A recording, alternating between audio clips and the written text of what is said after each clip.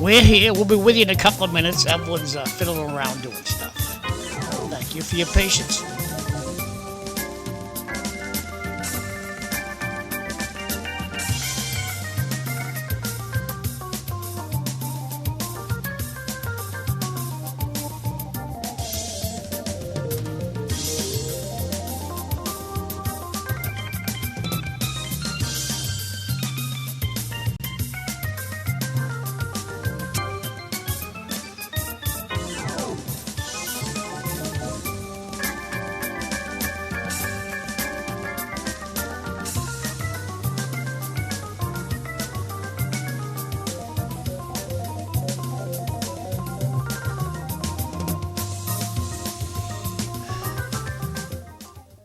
Good morning, everybody. I'm Evelyn Thoren. I'm your host for the Dawn Patrol. As you can see, I don't have a co-host this morning. My co-host will be John McDonough, who's behind the camera and doing all kinds of electronic stuff. Sam's off today. Yeah, Sam is not coming in. Glenn will be coming in sometime within the next hour. We'll see how that goes. We got a bunch of stuff to talk about in the next hour. And we'll see where that goes. And also, sometimes John will come up with some ideas as far as what we're going to talk about. You never know. It wasn't too bad yesterday as far as the weather goes in Chelmsford. It wasn't bad coming in this morning. At least there's no precipitation. Long range, we may be having more snow in other areas. There was snow, a lot of rain. That came in earlier in the week in all of the locations, which pretty much took most of the snow away. There's no snow in the forecast at all. But we had snow over the weekend in New Hampshire, where I was. We had a couple of inches. But the next day it all melted. There's still ice on that lake because of the way that the guy How was it outside? Is it cold, windy, raining? What's it doing this morning? You drove in. It's cold, but it's about 30. Okay. And to me, that's not super cold. Cold is in single digits. But everything's relative to people. That's why some people want to have property in Florida because it's warmer. I happen to like it cooler. I usually turn the heat down and open the window in the wintertime, which is always amusing to everybody that we talk about. But that's something that they usually recommend. Maybe not super cold, but cool enough to sleep, and it's supposed to be good for your health. But I've been doing that for decades Evelyn, upon decades. You're just cheap. Keep going. I'm not cheap. The heat still comes on. It's not healthy. It's not healthy. Yes, it is. There's articles. It might keep my house on 54. It's healthy. No, it's not. Yeah, it is. They have cool air, and you have cooler temperatures at night. Oh, you're stingy. I'm not stingy because I have an electric blanket. It's my head that's poked out that gets cold. The rest of my body is not cold at all, which I wished I had bought electric blankets decades ago. That would have been nice. Electric blankets are nice. I like those. Right. But there was a couple of articles, one I saw this morning, and I didn't expect you to find, get it. But it's on, with all of the rain and all the snow that we've had, does that help any? Yeah, it helps as far as drought goes. But there was something that was from Channel 25 that talked, there was a map. I'm going to pause you in 1 second. It's 24 degrees outside right now, and it is a little windy. So you Yes. better plan on driving little Evelyn to school today because it's windy and cold, 24. Right. I'm going to look Not at it. Evelyn's book. Evelyn thinks he should go out and have a cookout this afternoon. I don't think so. Anyway, we are still in drought status in the Merrimack Valley, according to Channel 25 News. And that means a number of things. So there was a list of things that you can do in order to conserve water that I thought was interesting. I'm always into this water thing. Anybody's listening, it's not anything new. The article basically was centered on Worcester, but if you took a look at the map of Massachusetts, basically it's Worcester and then all of the northeastern part of Massachusetts that's in the orange part. And so that's not really good. And so they want people to minimize overall water use and monitor what you do at home. And they want, you want to make sure you don't have leaky toilets, and you want to make sure that, if you have outside faucets and or hoses, they're not leaking either. Use dishwashers rather than hand washing. Make sure you have a full load. Make sure that you take showers instead of baths. Why are we doing this? Because we're in a drought, even though we've had all this rain and all the water. Whatever you use goes right back into the Merrimack River. Yes, but it doesn't go into the dirt for the people that are on wells. It doesn't go to underground water. Well, if you have a well, you have to conserve. Yes, you should be conserving anyway because it's not an unlimited amount of water. Everything is limited. Doesn't water go downhill? Even though your well water is going to go downhill. Yes, but the water is about 150 feet down, and if you ever dug up a shrub, that when you dig up the shrub, now, it's do you more have than a likely. well? Not in Chelmsford. I have a well in New Hampshire, but because it's on a lake, we have more seepage. Obviously, and there's a lot of water. Do you drink the well water? Not necessarily. I cook with it. I'll take that as a no. Well, I cook with it, and it's monitored, and we have filters. And then Glenn also put filters in the refrigerator in Chelmsford, the type of filter that will filter out the PFAS. So we're trying to do the best that we can with the information that we have. They also suggested not letting water run while brushing or brushing your teeth or shaving. And now, does Glenn tolerate this 54 degrees in the house too? he sleeps in a different room with a heater on. So he likes it toasty. He likes it warm. Okay. Yeah. And but anyway, there's an awful lot of information that's out there. If you're having water, they tell you, don't wash your cars. So you do have, and in the past, you have had car washes shut. I'm going to break every one of these rules. I'm going to take as many showers as I want. I run the dishwasher when I feel like it. I'm going to the car wash whenever I want. You can do whatever you want. People still have a choice. Because in Lowell, we take water out of the Merrimack and we put it right back in. To a certain extent. But I'm just saying to you, in certain Chelmsford. extent. But in Chelmsford, we're not putting it back in the dirt. We're putting it back in a Lowell. So you put it back in the Merrimack. Pretty you much. can see it's going to Lowell, and I know they make when they flush their toilet, it's a little joke in Chelmsford, a little gift for Lowell. So if anybody has any questions, there's plenty of information that's online with regard to what you can do in order to conserve water. And even when there wasn't a problem with water, I already did all the stuff that they suggest, because that's just me. And I know a lot of people that will, take it seriously instead of just arbitrarily doing stuff Glenn and wash wasting the stuff. cars by hand? Glenn does many times. It's one of his things he does. But Why do you let him do that? It uses more water. I can't dictate to somebody else what they do. Oh, these are your own internal rules then. This is what I do. I can't dictate to my family members what they can do.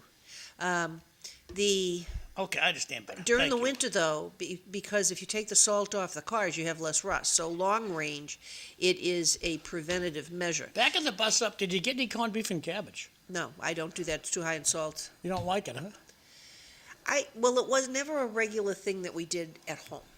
So, no, I didn't do corned beef and cabbage. The few times, because I haven't had I had it, mine. It was delicious. Sorry you didn't have any. Turning the page. I like cabbage. Well, I it's do too a lot of salty. Too salty. No, not if you do it the way I do it. No. I don't cook it with the corned beef. In fact, I don't even do what my father would call a shoulder. You know when you have ham and you boil No, the ham I don't. with all I'm a the consumer. vegetables? I don't know what you're talking about. I'm just a consumer. I understand that, but sometimes it has nothing to do with St. Patrick's Day. He would take a smoked shoulder that's from pork, and he would boil that. It's called a boiled dinner. I don't know if anybody out there ever did that. It would be nice if we knew.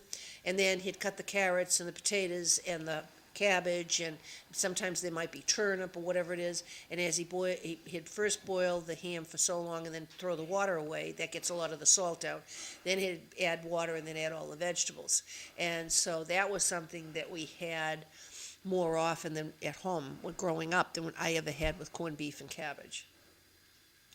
But because of the salt level, I got away from eating sauerkraut. I love sauerkraut, but I got away from eating that, which is fermented cabbage, and a variety of other things simply because of blood pressure and weight gain and things like that, water weight. I like corned beef, but I don't necessarily use it, or cook it. I eat everything I like. I The particularly. doctor says you shouldn't do this, you shouldn't do that.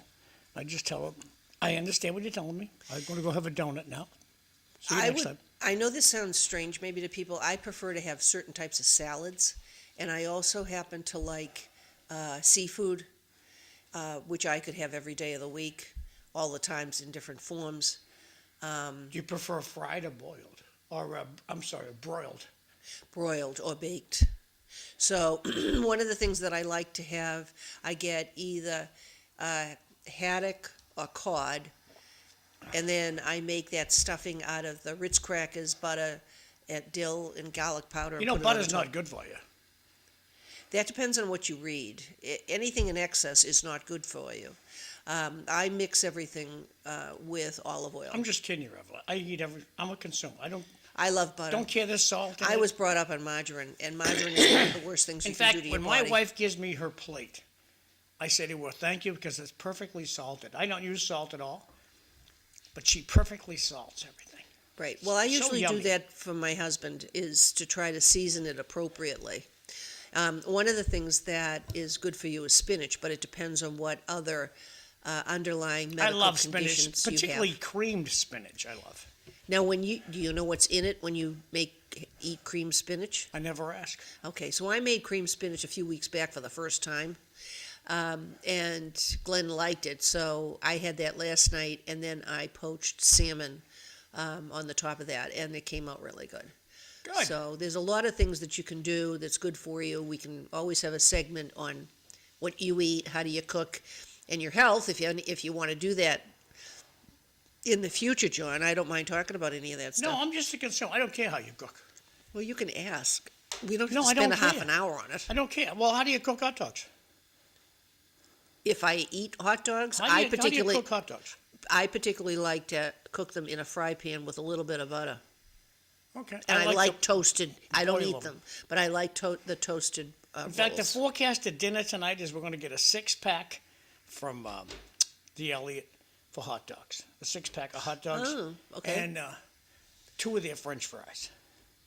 That's going to be supper. That's the forecast for supper. We'll see what my wife comes up with. But when I talked with them last night, my favorite sister-in-law, my wife, I said, "Why don't we have hot dogs? Haven't had them in a while." And Judy said she'll go get some at Elliott's.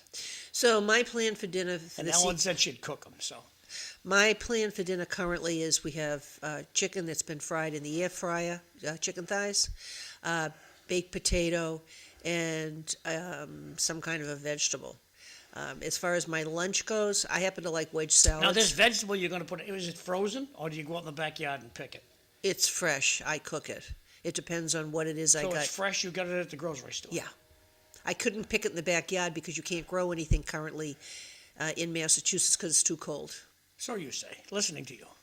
Frozen vegetables are not bad for you because of how they are processed. As long as when you look at the list of ingredients, it's just whatever the vegetable is. So you have to take a look at that so you're not eating ultra-processed food. The ingredients are helpful. They certainly are. Right, and you got to know how to read the labels and what things are and if they're okay or they're not okay. I know that when I have things dealing with my grandchildren, some of them are allergic to certain types of foods, I read the labels. Well, when we were kids, there were no gluten problems. There were no diabetic problems. What have we done to America? Well, I In think your thoughts, well, why do people now have to have gluten-free, and they have diabetes when they're 17 years old? What's going on here? Well, there's a lot of articles that are out there that will give you a wide range of reasons. So you can't synopsis. I can answer a little more specifically. One, Briefly. well, it's not a brief topic. Okay, then we'll just turn the page. Well, no, let me just say a few things so that people understand. People don't the care reason that much. Part of the reason that you have more of an increase with the allergies is your technology has now increased. Children used to die of juvenile diabetes because they didn't have any way in which to treat it. So they'd die. Okay, so you had it, people just didn't know much about it. So that's the diabetic part of it. Why are more people getting diabetes today? It's because of all of the overly processed food that they're eating, the fast food that they're eating. They may, just for convenience, there's a lot of different things that's on the market. As far as the gluten thing goes, I think that there's a lot of the GMOs that are out there. I try to buy food that are not genetically modified. I think that whatever you put into your system that's not a natural Well, product. that elemental can't P you be just dealt talked with. about, GMO. Yeah? What is that? Genetically modified. Understood. You can look it up, put No, it on. I'm not going to look it up, if but I you just wanted don't. to. I don't like abbreviations. Elemental P. Well, I did say it, that it was genetically You know what the modified. three You didn't P's hear. are? Do you know what the three P's are? No, I'll say no. It depends on what you're going to apply them to. It's price. Oh, Price. price. Yeah. That's what the three P's are for. Well, I will say that I was brought up with Wonder Bread, because everything else I was too like pricey. Sunbeam. When my mother would get Sunbeam bread, oh, that was wonderful. Well, once Pepperidge Farm came up, that was when everything changed in our Pepperidge household. Farm But remembers. I also was So you like in my Pepperidge late Farm teens. bread? Well, I did because it tasted more like bread you made. I don't know that my mother didn't do much cooking. It was my father, and they certainly didn't do a heck of a lot of baking that was outside of a cake mix. At Christmas, she'd make cookies, but she never used butter. She used margarine or Crisco. So there's a lot of stuff that I was brought up on that we'll see within the next couple of years if there's a problem with it. But the human body can deal with organic compounds, but they can't deal with all this inorganic stuff that's out there currently. Inorganic? Inorganic, which means it's not hydrocarbons, hydrogen, carbon, and oxygen Evelyn, base. you've gone down to crush depth. Yep. People Well, are I'm just picking telling up you. people are picking up the channel changer and going to channel 5. Well, we're going to move on. There's other things, obviously, to talk about. You probably didn't see it because you don't always access everything I show you. I did forward you a very brief article from Travel and Leisure magazine that, according to them, Lowell is the best place to live in Massachusetts. I don't know if you saw that. No, I did not. And then they had a few I like living in Lowell. They had a few other places, and it sounded like the person that had critiqued it was looking at cities versus suburbs. And so, of the cities in Massachusetts, according to Travel and Leisure, Lowell was the place to go. So we beat Chelmsford. We're not a city. So, We beat yeah, Chelmsford yeah, you did. for places to live. Yeah, I'm fine with that. I don't care. We don't have a problem selling property in Chelmsford. We don't have a problem selling property here either. In Lowell? Nope. Down at the beach, one of the condos at the beach house, the guy's selling it for $669. That's what he's selling his condo for. Well, if And they're people like, go yikes! if people go on to Redfin or Zillow and you put in Hampton Beach, probably about 5 or 6 years ago, a lot of your condos were under 300,000. Now they're over 400. I like to just take a look just in case there's something I might like for different reasons. Since we have something like in the mountains and on a lake, and we have something, near cities and towns, maybe I'd like something on. Well, yours is right on a lake. Yours has got to be big bucks. It is now, but it wasn't when we purchased it. Oh, well, you're not poor, so you're doing okay. Well, Yeah, now, if you sold it, what's it worth today? Oh, I don't know. Yes, you do. How much? I'm not. I don't particularly. If your neighbor sold, how much? Well, they have bigger houses, so I would say over $1 million is what they're being taxed on because we do access it. Ours is a little different Okay. because of the size of the property and everything, but it's still significant. So is Chelmsford. Anybody can definitely look up addresses in Chelmsford and find out what they are. When one of my children bought a house in New Hampshire, I think that the Smart person, smart dude. equity, New Hampshire's the place to go. and I watched the real estate because I've been watching that for a long period of time. It's not just recently, because we had my uncle's house back in 2013 that sold, but that was in the city of Quincy. And at that time, the price we got for that house, because of what I did to it, on the inside, the outside, was the highest selling house in that area for a short period of time. And that wasn't a big number. So that number on that house in 2013 roughly was assessed for about $350. The last time it sold, it was almost $800,000. So that would give you an idea of the increased value over a decade on a piece of property, if anybody's interested. But everybody can take a look at it and do your own analysis. That's at your discretion. So I thought that was kind of interesting. The other thing I sent you, which I had never really thought of since high school probably, because what I do is I read on my telephone, I have Google. So what I will do is I will access on the telephone the little thing that looks like that, the screen, okay? And then I have Google. Google comes up where I can ask it questions if I want to. But I also have all of these different articles as I scroll through. And that's where I get the different things that I speak about every week. And you can copy the links, and that's what I send to Sam and John. And when Bob was on, I sent it to him. And if I have other people that are guests and I want certain things, I'll forward all those links. So we're all on the same page. Because I used to have an agenda, kind of like what Cliff does on Monday and Fridays. And, I used to send that out, but that meant that the people I sent it to had to do the research. This way, if I send the article out, we're all reading the same article with the same information, and then if you want to do any more research on it, or you have questions on it, or there's outside information that you have accessed, then we can have more of a discussion on camera with regard to that. So there's all kinds of things, but one of the things I thought was of interest dealt with the symbol for medicine, and it came up on Facebook, and it's the serpentine symbol, the thing with the staff with the two snakes around it.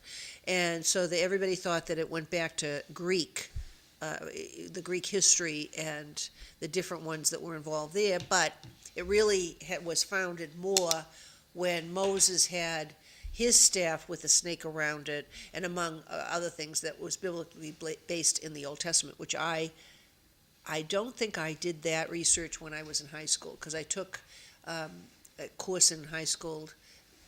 That part of it was mythology. So we went through all of that, and that was one of the things that we did then. And I thought that was interesting to have that particular symbol Old Testament based. Another thing I came across, which I thought was... Well, speaking of Old Testament, I don't think there's a lot of people heading over to Israel this summer. I don't think there's a lot of people heading too many places. That's for sure. It's a good time to just And they're sit requesting tight. that people not go. So it isn't, sometimes it's not a matter of choice. They can close their airspace at any time, and then you'd be stranded over there. Pretty bad. Yeah. Well, it's not just in that area. You have to think about the whole Middle East area.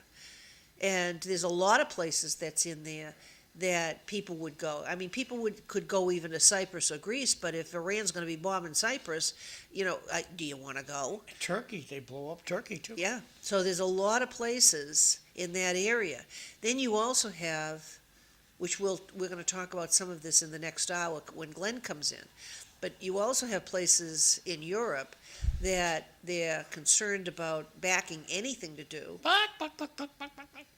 Yeah, they are chicken, that's for sure. They're concerned because they have such a high populace of Muslims within their communities. And the mayor of London, I don't know if he still is there, but he's a Muslim, and there's a lot of stuff there, and they're concerned about that.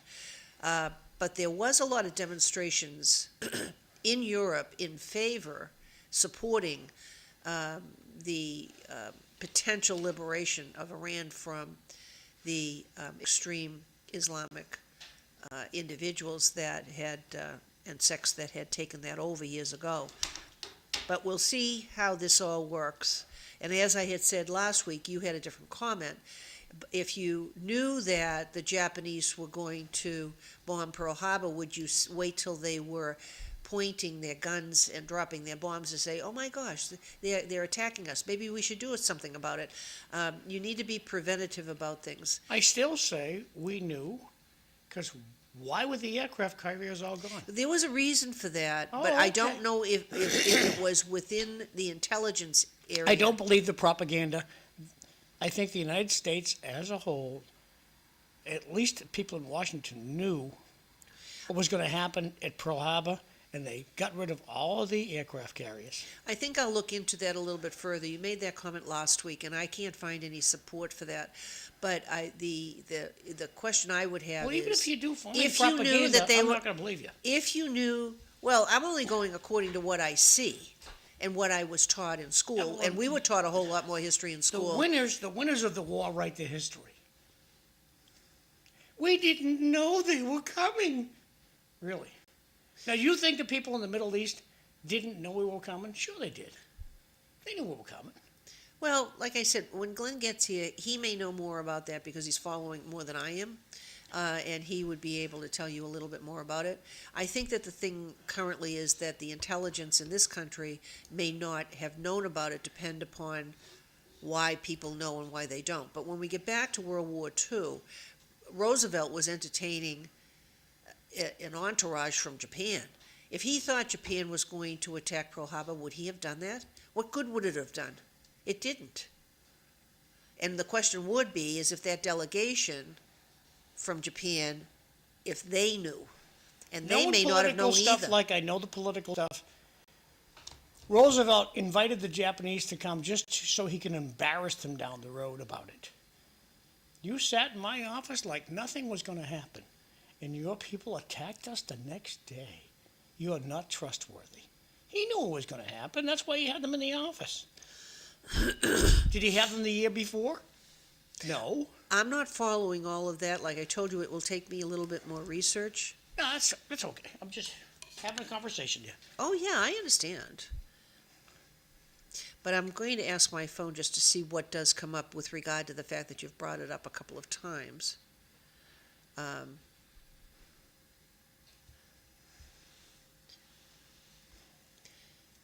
So according to Google, when I asked the question, did Washington know? It said no. Washington did not have concrete, actionable intelligence that Japan was going to attack Pearl Harbor. See how they just made some room for error there? They Yes. didn't have concrete. Okay, what does concrete have to do with thought? It does have something. Like I told you, Glenn would be able to explain some of the stuff a I little love bit these more words. than you. We didn't have concrete evidence. You had evidence that they were going to attack Pearl Harbor. What does concrete have to do with it? We didn't have concrete So evidence. it does tell you what Washington did know. By late November 1941, war was considered highly likely. A formal war warning was sent to all Pacific commands on November 27th, but did not specify Pearl Harbor as a target. It was the only one out there. Ask them why they pulled the aircraft carriers out of Pearl Harbor. And then it talked about intelligence failure because they didn't put the pieces together, and they misunderstood the cues. And the Japanese deception, they masked the movement of their carrier fleet through radio silence and deception, because they didn't have the technology in that we do now, and they didn't have any of the satellites up there that we could access. Talk about the computer listening to us. I just went to Google to search for something. It comes up, why were there no aircraft carriers at Pearl Harbor? So you already have the answer before I even... It's already asking. The computer's already knowing what I'm doing. I'm going to blow this up a little bit.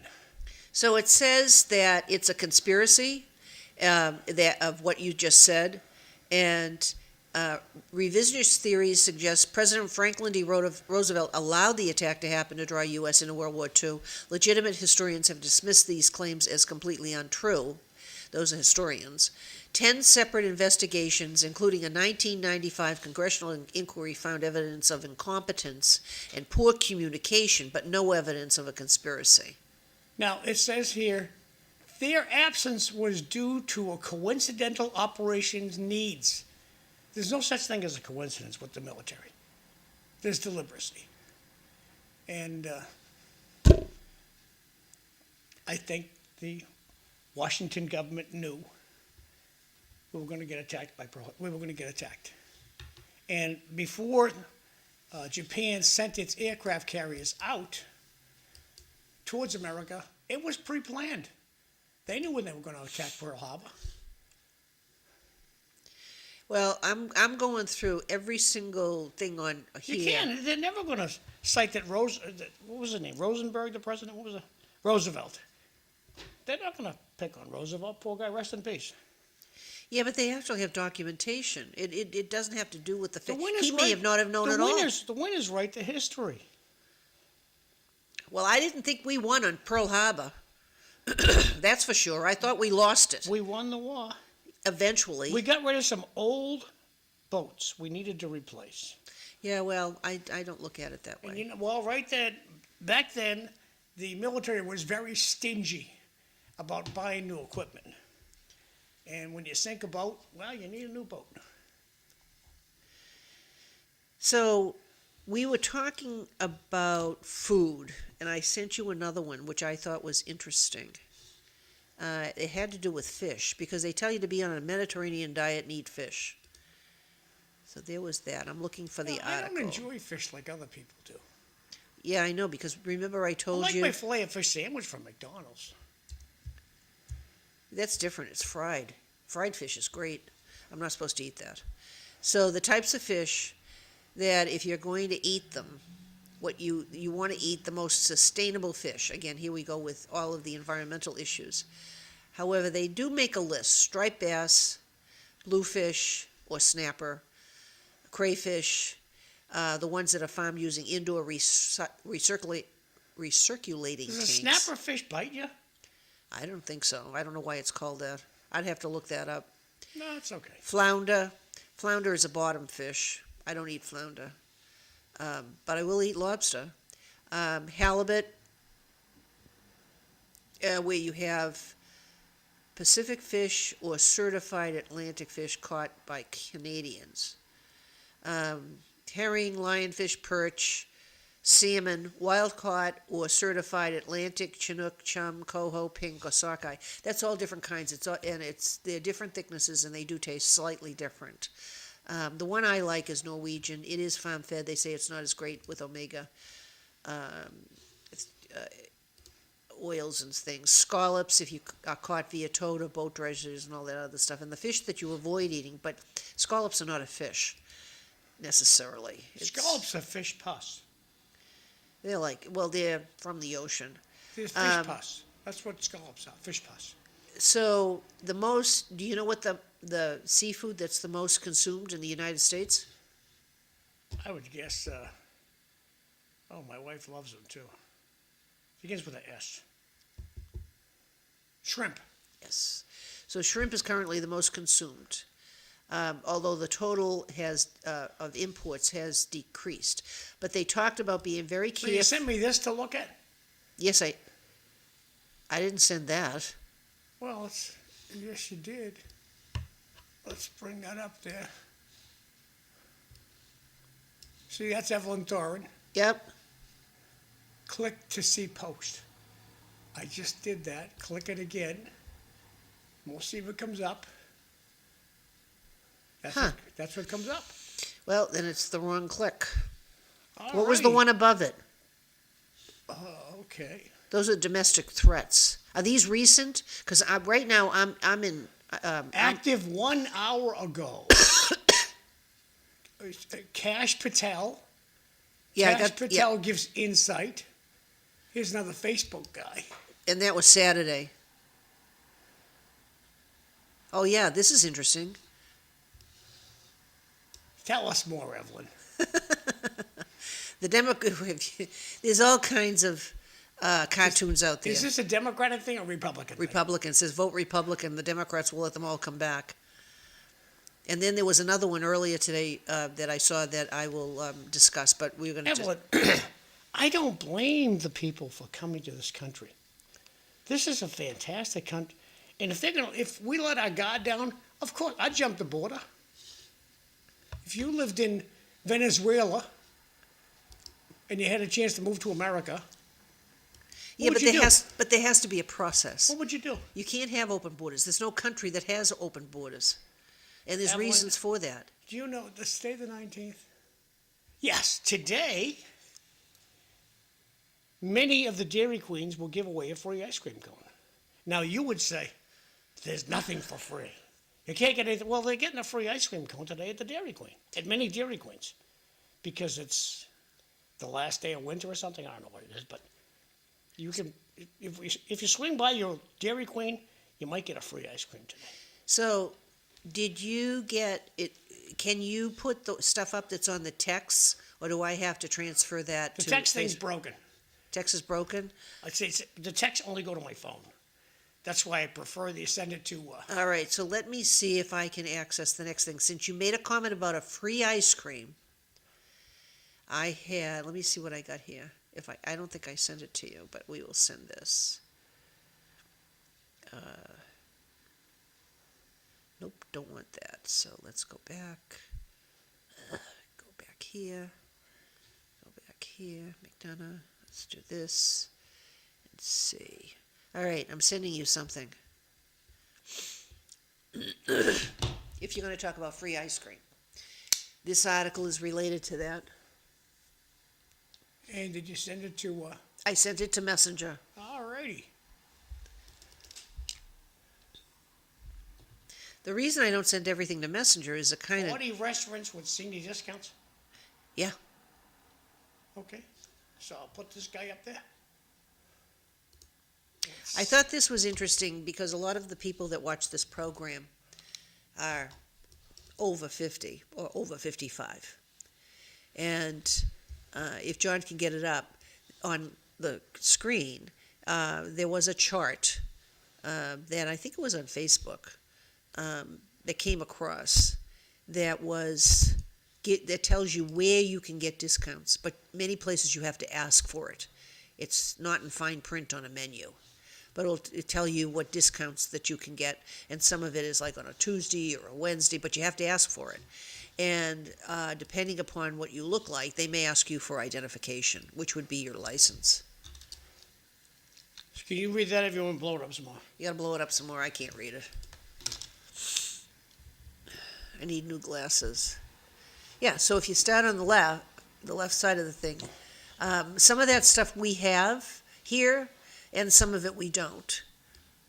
Growing up, we had an A&W. You can see Applebee's. They had A&W in Draken. Oh, there is one. So if you're 55 or older, you Oh, can get yesteryear, 10%. not now. You have to ask at the register. There's a lot of places that are fast food places or restaurants. And so you can see, you've got Ben and Jerry's, but I don't know if they're still in business. You've got Applebee's, it's 60 plus, Boston Market, Burger King. Here comes Dr. Glenn now. Aha. Good morning, Dr. Glenn. So you've got Dunkin', 10%. Fuddruckers, they're up in New Hampshire, Fuddruckers. Yep, you got Einstein Brothers. We have Salem, those. I think Salem, New Hampshire, that's where the Fuddruckers is. We've got some of the other ones. Golden Corral, that's delicious stuff. Love that place. Yep. IHOP, if you can get in the joint. No, there's one in Rochester, New Hampshire. Well, I there's don't one go in there Tewksbury, you because can't get in. see, you That's got how busy Wendy's. Let's see. I don't when it says Waffle House, you can't get in there either. That's in Tewksbury. The Village Inn, I think that's not the one in Drake. There No. must be a chain. but you can always ask if they give a discount. Steak and Shake down in Florida. Don't think they have any up here. Sonic, we have. I think Wilmington has a Sonic. And McDonald's coffee discount. And that's advertised. Krispy Kreme, KFC, if you can get in there. I thought that would be interesting. It's a little different. Yes, it is a little different. So I thought that was something to talk about. As soon as Glenn sits down, we'll change the shot. Here we go. Good morning, Dr. Glenn. Good morning. Thanks for coming in extra special early. Well, I did pretty think you good, did except I didn't remember my glasses. Oh, what, you mean these? No. Okay, well, I don't have the other ones. I have these if you need to read something.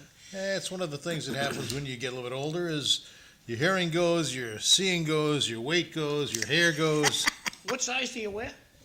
Glenn, Glasses, what size?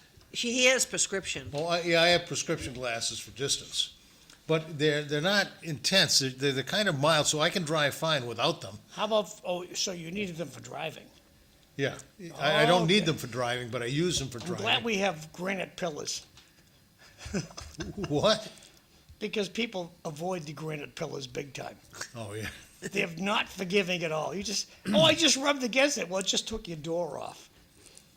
Very tough stuff. Yeah, you gotta be careful. So, I can see fine to drive without them, but when I wear them, it just sharpens everything up. And the really nice thing is when you've got polarized prescription sunglasses. Those are nice. So it takes down the glare, everything sharpens up. It's good day or night. So, like I say, your hair goes, your hearing goes, your seeing goes. You want to keep as many teeth as you can, and that's what happens when you get over 20. You're funny. So, Glenn, before we start going off course, anything you want to talk about today? Anything I want to talk about? Correct. Oh, sure. We can talk about the war. We can talk about, local politics. There's a lot going on. We can talk about the audit.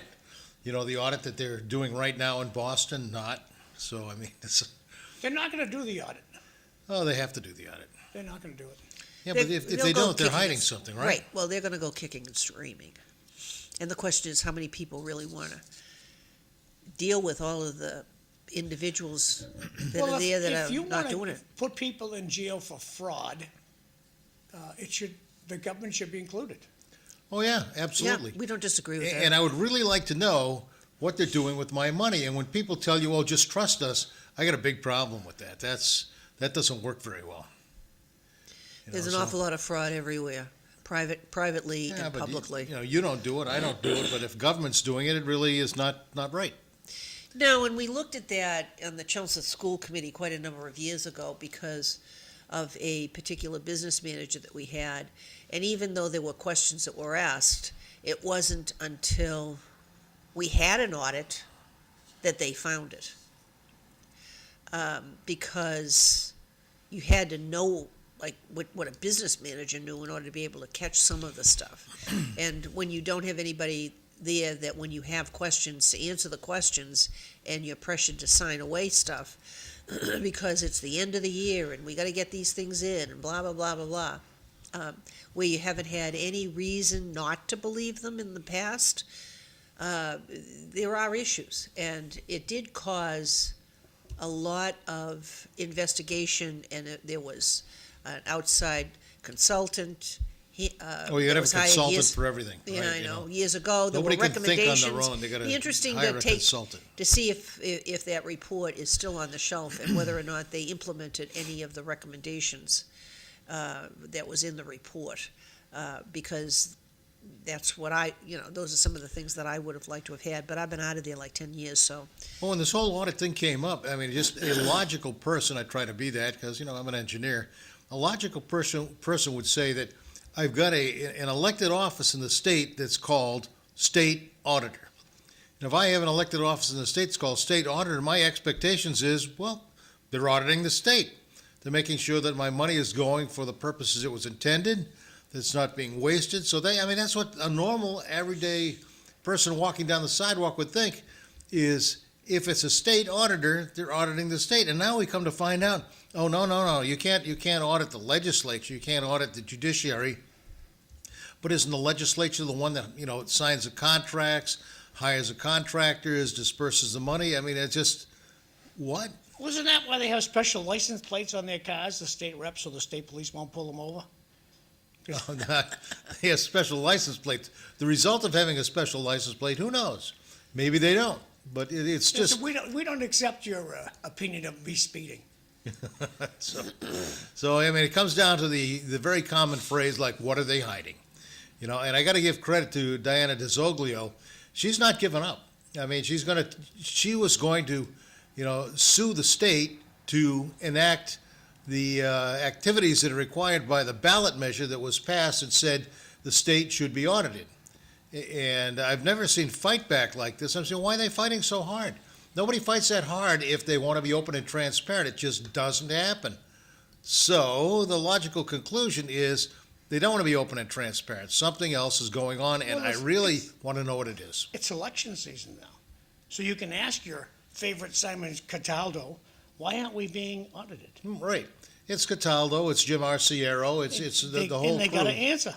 I heard Rodney Elliott isn't running again, so. He's given up, done. He's done enough public service in his lifetime. He's turned the page. He definitely has. He's a good guy. I mean, I've talked with him on a number of issues. And Yep, I think it's a big loss for everybody, but hey, Rodney's got a life, he deserves to get on the road he wants to get on. Well, I think that you can draw the same analogy between the lack of transparency here and the lack of transparency in Washington, when you had a bill that somebody had put up to release all of the sexual harassment accusations of the members of Congress. And you had 65 people vote for it and everybody else voted against it. Now, And yet they what all years want are they the talking Epstein about files this to be there too. Sexual harassment, what years are they talking about? I have no idea. no, they're just All of talking it. about the charges. There is a documentation on the charges against senators and congressmen for sexual harassment and other what I call untoward activities. And the bill came up to, well, make that transparent. Who's doing what? Who's been accused? Who is settling out of court, shall we say? And the names of those people, and they don't want to let that information out. They said they're protecting their personal privacy. Okay. Well, the same thing happens with the Epstein files, if you want to draw an analogy, is that they want to know what's going on there because they have the witch hunt for Trump. Whether he's there or he isn't, that's not the issue in this conversation. And yet they Could want be. that I know, but they want that transparency. But if you have something that sits at your doorstep, oh no, we can't have that kind of transparency. We have to have it over here. We can't have it here, we have to have it over there. And I want to be transparent about things that I want to see, not things that you want to see. That's the big difference. I want to see what I want to see, but you can't see what you want to see because it might bother me. right, and I guess the other question would be is if you thought you were involved in something directly or indirectly in what was going to be released, why would you push for it to be released? So that doesn't make any sense Well, to how me about either. that guy on trial in Boston? For during a robbery, he raped two of the girls who worked in the store. One of them had a baby out of the deal. I missed that. Yeah. This recent? Yeah. Huh. And he got a text from somebody in Massachusetts a month before he got arrested that Massachusetts knew who he was and they knew where he was going to be and they were after him. So he took off? Is that the person that ICE was looking for? No. And oh, This is just a regular US citizen? He's an old buckaroo like me, and he did this when he was like 21 years old, and DNA got him. And sadly, for the first time in his life, his son was able to look his father in the eye. Never happened before. Amazing stuff. You know, some things like that are very sad because people do very stupid things. You know, don't know why. Some of them just feel like they can get away with it and they deserve it. But people do very stupid things, and that's one of the rules around our house is don't do stupid stuff. You know, I mean, seriously, if you can't figure out what's stupid and what's not, then that's a separate issue. Well, I'll tell the younger generation, when you go outside and you see somebody with a bullhorn with a crowd of people, go the other way. Don't go anywhere near those people. Yeah, does that seem like wise advice? I think so. Yeah, If I don't was down confront 'em. Hampton Beach and there's a crowd of people, this guy's got an electric megaphone, and I'm going to cross the street. I don't want to deal with Yeah, this. you never know when somebody's going to come up and throw an IED into the group. You know, that'd be terrible. You know, at least they got those two guys. I hope they put them in prison for life for attempted murder. You know, You know, when we talk about, Sam has the thing, rules for thee but not for me. And you brought up the IED thing that was in New York City. right? Where They Montgomery thought was. they were trying to sell it. Media was trying to sell it as an attack on the Mayor Mondami's But it wasn't. home. But no, it was an attack on the people that were protesting in front of Mayor Mondami's home. Right, Now that's the press. right. But there was an article that came across. Well, I want to back the bus up for just a second. Is this an unhealthy lunch? Oh my gosh. Wow. What is it? It's grilled cheese. Well, Yummy. Ooh, I love that stuff. I think that it I depends. hope there's bologna So- in there, too. Yeah, right. Well, let me explain the conditions. It would be healthy if you have whole wheat bread and you have non-processed cheese. That doesn't look like whole wheat bread. No, it No, doesn't. It looks not- like It's- wicked tasty bread. But That that is could be not whole wheat sourdough. bread. So now if you have sourdough bread, which Yeah. usually looks Guaranteed white, it's not that's not sour. bad either. Oh, I've not had toasted cheese with sourdough bread. It's really good. But you have non-processed cheeses, which comes up very difficult to do. Well, I Now, had to stop here because my favorite lunch is grilled cheese with bologna. yes, and bologna is also a processed meat, and the And older I that you love get, you this- avoid those. I love this style where you don't cut it. You just pick it up. It's one big glob of goodness. It looks Worst- so good. It probably tastes good. Therefore, you know it's not good for Oh you. my God, I'm taking it to the grave. If I like it, it can't be good for me. So I always check with Evelyn and say, "Hey, is this good for me? Because I like it." And and she says, Well, "Well, usually it is what I make I for know, you. I know. I'm just kidding." Go have So- some oatmeal. He had oatmeal for breakfast. I haven't Right. had breakfast because I can't do that this early. You kidding me? If you were, I would head to McDonald's and get myself a nice Oh my gosh. egg sandwich, whatever. With I happen to like their sausage biscuits, but I haven't been to McDonald's. Well, I haven't been to McDonald's since Lent began. there's one that they make with sweet pancakes. Instead of the bread pieces, they have a sweet pancake Yes. with an egg and sausage and cheese. And, Yep. Oh my God, it's delicious. Now, the way that you cut that down, you're not going to do that at The McDonald's. way you 'cause cut it's it too down pricey. is don't eat it. Well, no, you can make the pancakes with almond flour. That way you have less carbs. And then you have the egg, and then you would have to, and sausage is sort of a processed meat, but you could make your own from scratch and then it wouldn't be as processed. So there's a lot of things that you can do in order to make something like that a lot You healthier can get option. eggs from little tiny chickens. Yeah, we don't. That's Yeah, okay. but there's a whole lot of pieces to that. But whatever I was going to go with, I think where I was going to go with the New York thing. There's so much that's there to talk about with regard to the fact he So where wants were you going to go? to take the $1 million out of the stabilization fund. He wants to raise raid the pension funds in order to make things work. You just use whatever one-time money you can, but it doesn't fix the problem. Yeah, so this was shocking. Wasn't that shocking? No. You elect a communist for a mayor who's going to give you free bus service, free child care, rent control, all this stuff that, anybody with half a brain knows it's going to cost billions. Then he gets in office and says, oh, wow, we don't have quite the money to do all these things, so now I got to go raid the pension funds and raid the stabilization fund and raid this and raid that. Well, he also wants to have separate assessments on estate taxes, so that when people die, then you get the city gets more money there.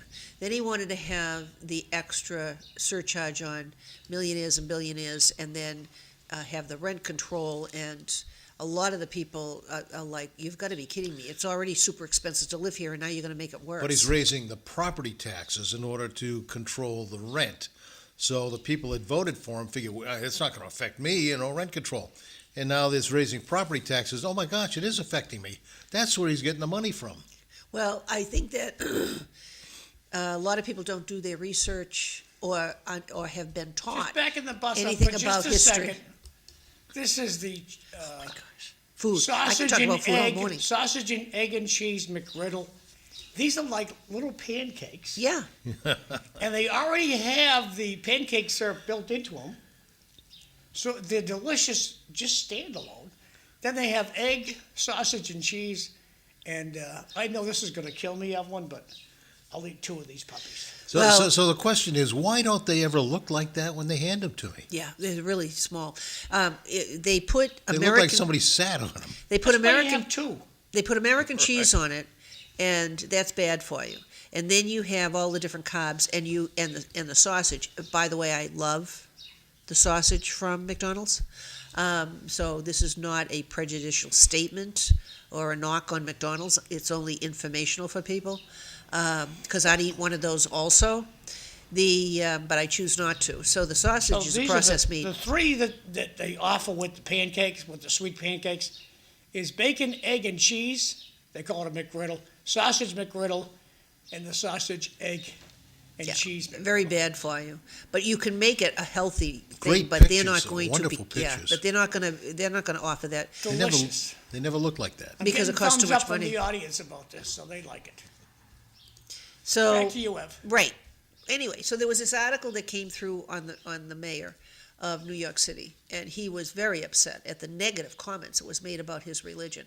And I thought, do you feel bad about it because now it affects you? What about all the rest of the people that have a particular religion and people are criticizing them, whether they're Jews or Christians or any number of things? How about the pension holders? Well, yeah, I mentioned that. But I'm just saying that this particular article dealt with his personal religion and people that were upset and demonstrating because of the type of religion People that he has. demonstrate about anything. That's Oh, I just- understand that. But I'm just saying Avoid that the megaphone, people. I don't know that he ever had that happen to him on a personal level. But now they're having meetings in the mayor's office on prayer rugs. They're not using chairs. Everybody has to get down on the floor on a prayer rug to meet with the mayor. I don't think everyone does. Well, there were We'll a couple people standing, but it had something to do with the end of Ramadan, and so they decided to have the meeting on prayer rugs. I'm going, okay. Then you also have people that think that if you are in public office, you have to have been born here and been an American citizen versus being naturalized. That's a debate for another day. So there I are. don't think that's necessary. So I'm just Legal immigrants, naturalized citizens, fine. If they love the country, they can run.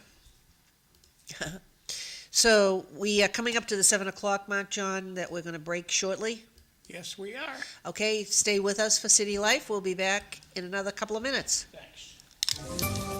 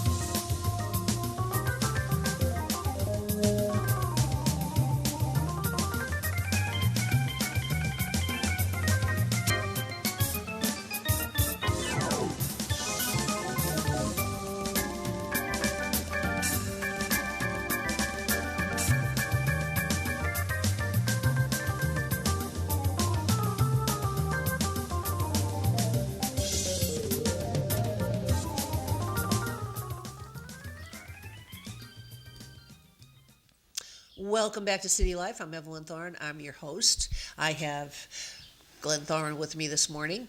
Sam's not with I'm us. her host. You're funny. We won't go into details. Sam's not with us this morning, and we wish him well. We hope he'll be here next week. We'll see how that goes. We talked about a whole pile of different odds and ends of things in the first hour. Lowell has joined us. Pretty much everybody else is on for the 2 hours. And then in Chelmsford, this was supposed to be on for 2 hours, and we're also on the Sunday and the Tuesday. If anybody has questions that's in Chelmsford that watches this on the Sunday Beautiful sunrise in Lowell. and the Tuesday, then you have a telephone number at the bottom of the screen that you can type in and send text messages to John McDonough so that we could address your issues, or if you want us to talk about something special, you certainly can use this 978-808-8200 in which to communicate with us. So, like I said, questions on anything doesn't mean we're going to answer what anything might be, but if there's topics you want us to cover, you want our opinions on or perspective, feel free to call or text 978-808-8200. There's also Facebook, so if you're on Facebook, you can also message us, and we will try to address whatever your issue is or find out information for you relative to that. One of the things is that was an article on. You can also message us on YouTube. Oh yeah, you can. You can. Yeah. I Yeah, have it'd be never great. accessed it. You know, and for the international listeners, the same numbers would apply, same messaging would apply. So anybody out of state or out of country can do the same. There's probably zero. So, Glenn, are we going to move over to the war, or what do you want to do? What? Anything at all. Evelyn said, can you talk about hearing aids? Can you talk about the Iran war? Can you talk about the SAVE Act going through Congress? Should people have IDs? Hey, we can go anywhere with this. Well, speaking of hearing aids, do you know any that are actually work well? Yes. So one of the questions that I had said to Glenn last night, I said, "Do you mind if I ask you questions about hearing aids?" What? So, over time, usually as you age, Is that going to be the epitaph on your gravestone? What?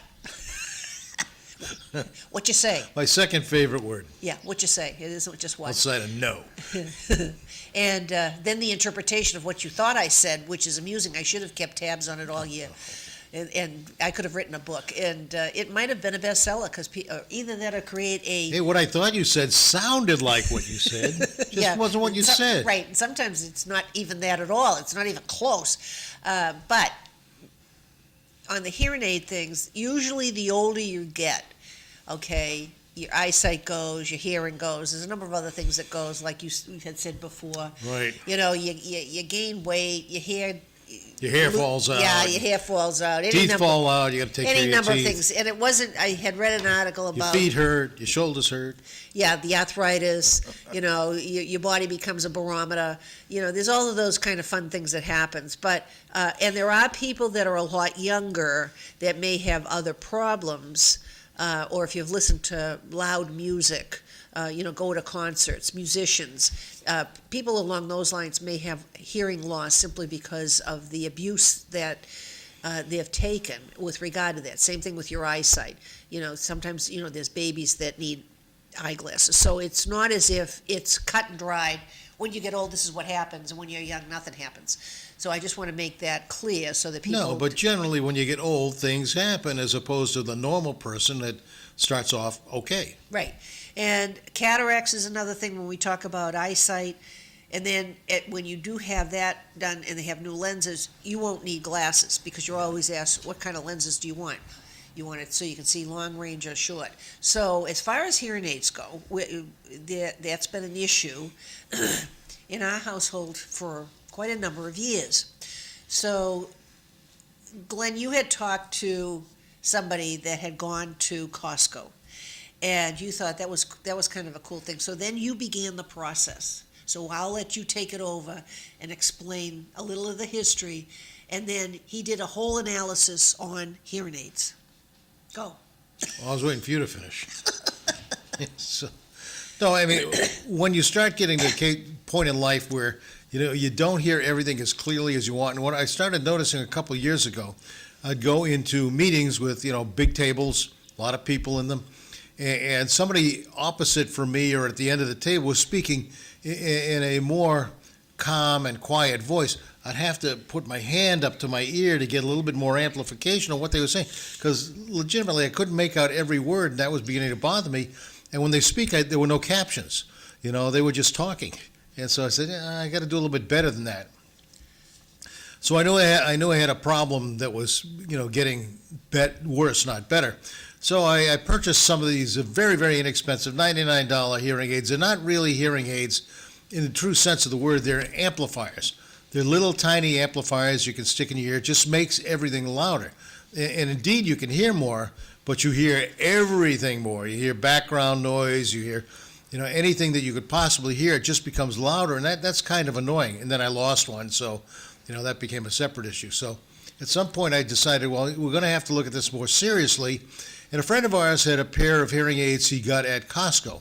So Costco is one of the best places you can get hearing aids for, moderate hearing loss, not severe hearing loss. If you have severe hearing loss, or if your ears are losing their hearing at a different rate in different frequency spectrums, you really need to go see an audiologist and a doctor. And hearing aids get a little bit more expensive. We have friends in New Hampshire where he lost hearing seriously. So he went into Mass Eye and Ear to get his hearing aids, and that's what was required of him.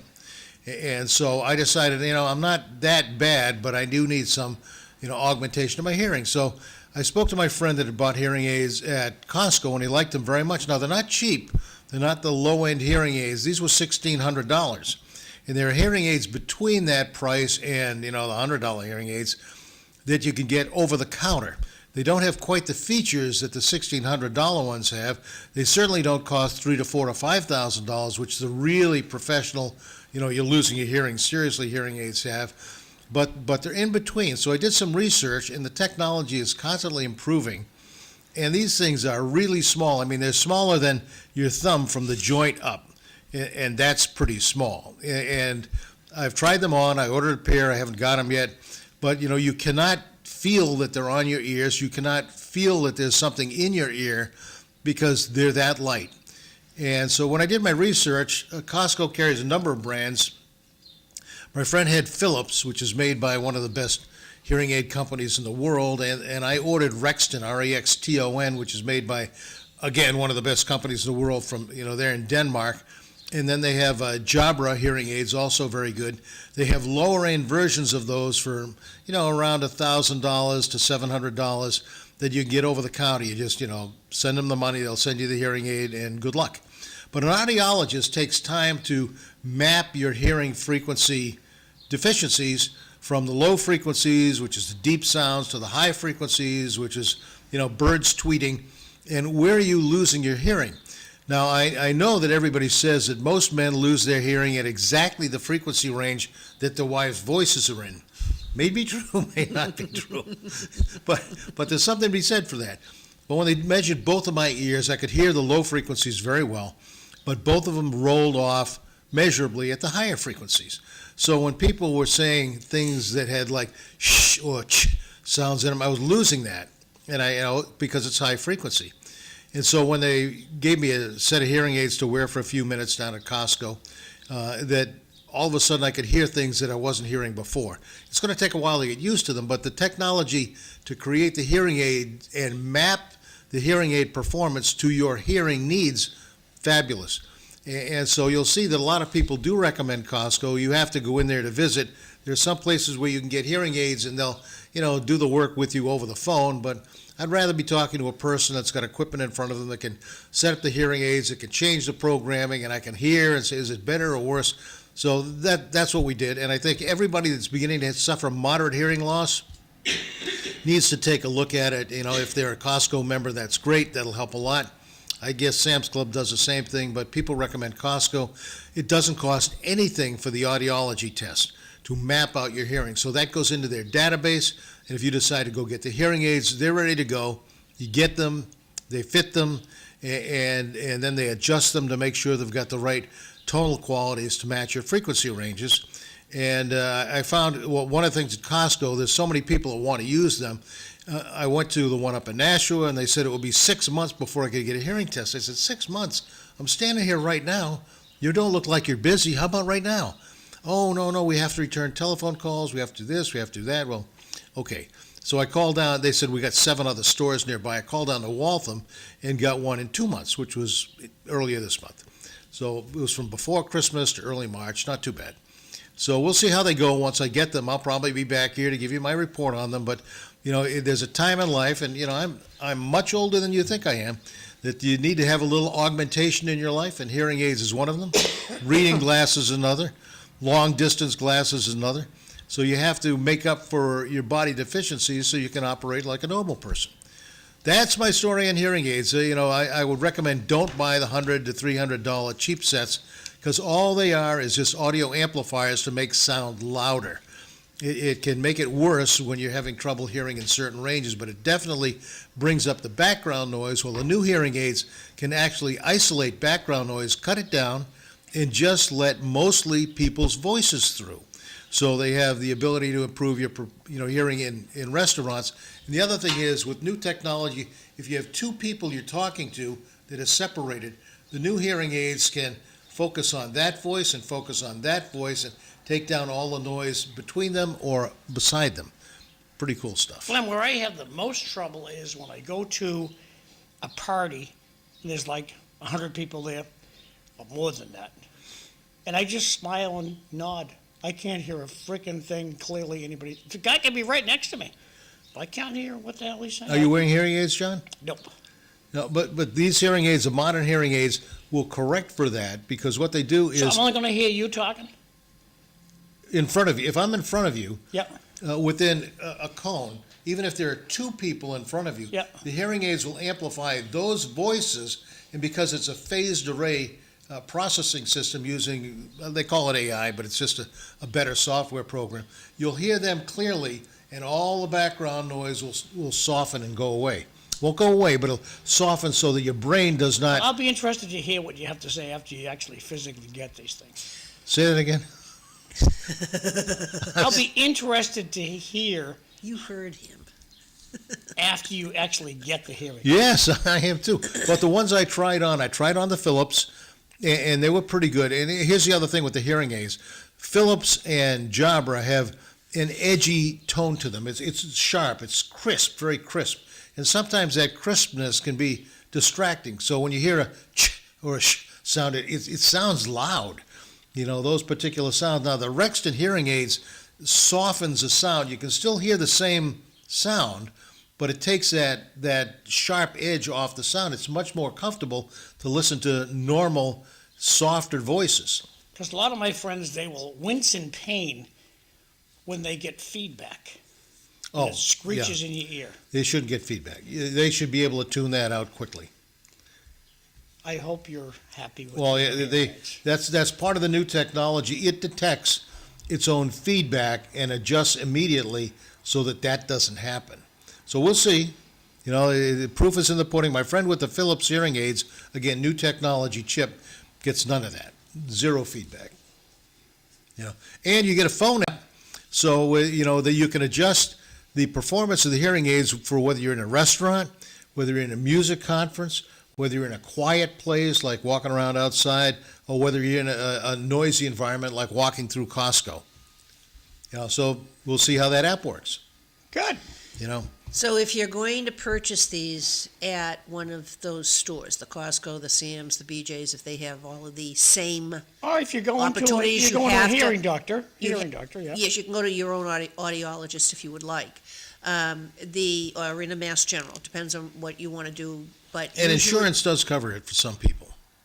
For some people, but generally speaking, it does not cover the purchase. It covers the analysis up to that point. It'll cover your doctor, it'll cover any number of things. And if you needed to have cochlear implants, because there was damage that was done or that you no longer can hear, that's something that most of the time your medical insurance would cover that also. And the VA covers some of the cost of hearing aids because they constantly ask me, are you a veteran? Right, And- but you're not. So unless you are, then you have different things that will happen.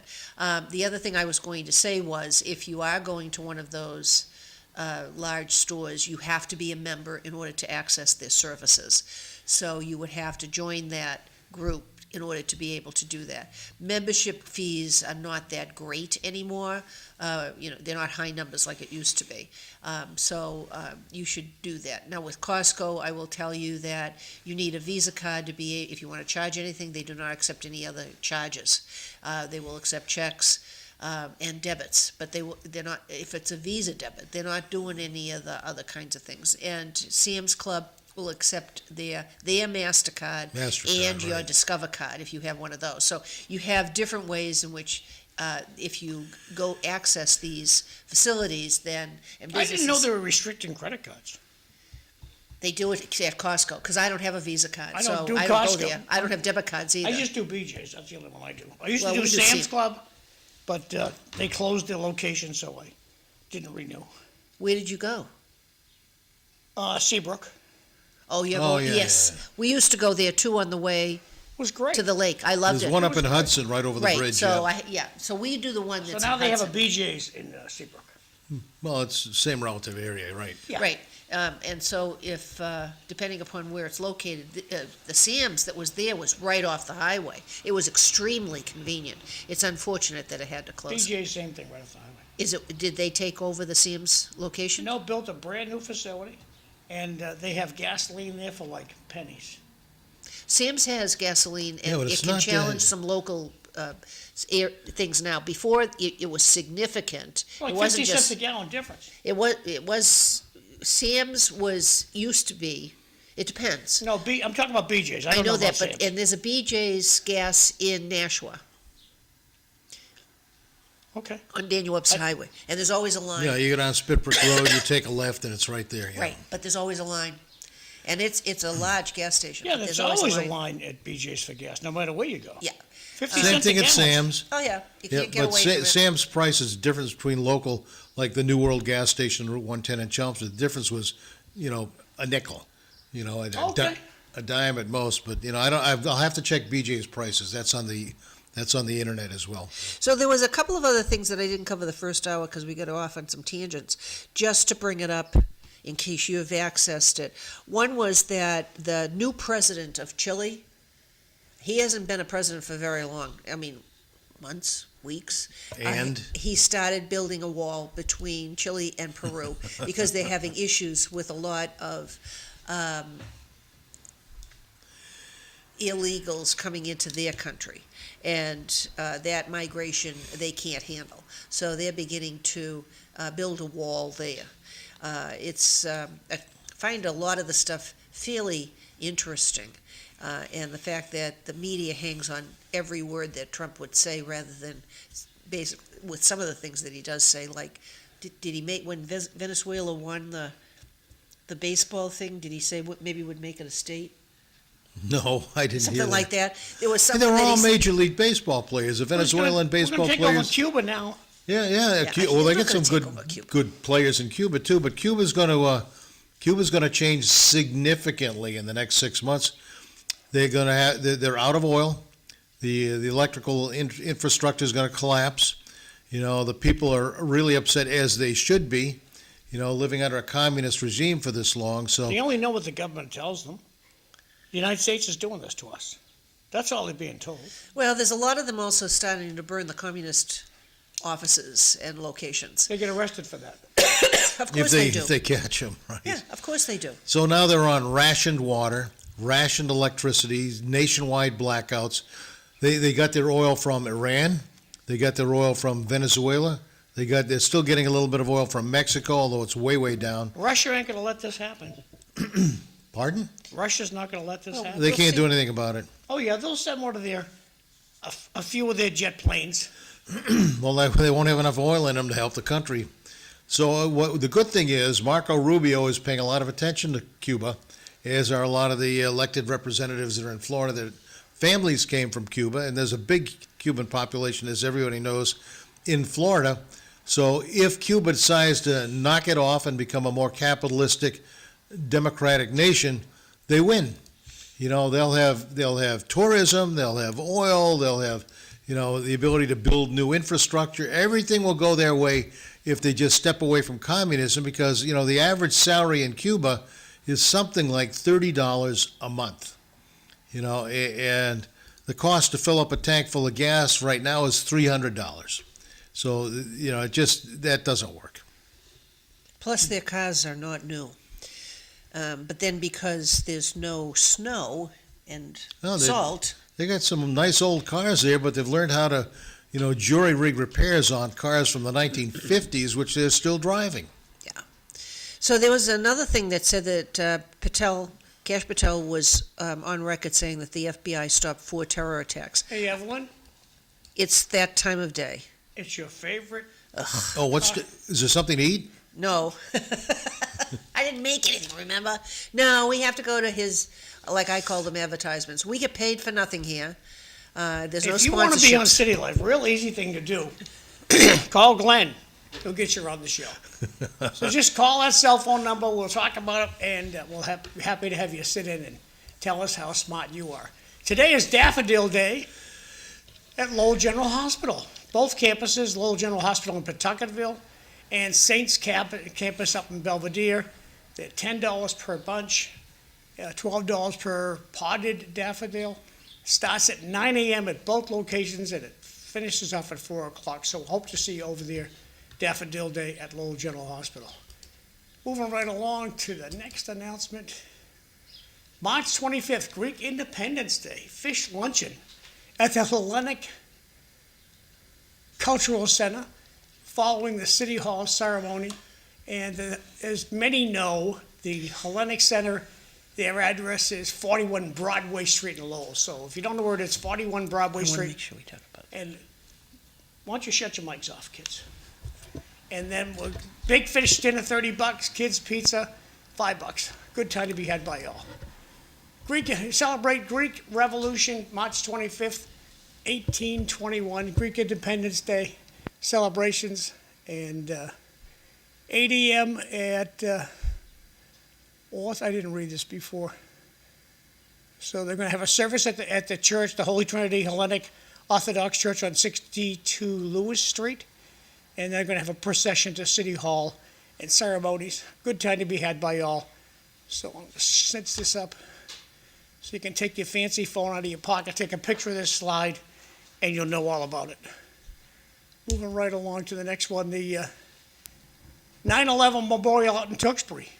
9/11 Memorial fundraiser, it's going to be March 26th at Wamisit Lanes, 6 to 10 p.m., 434 Main Street in Tewksbury.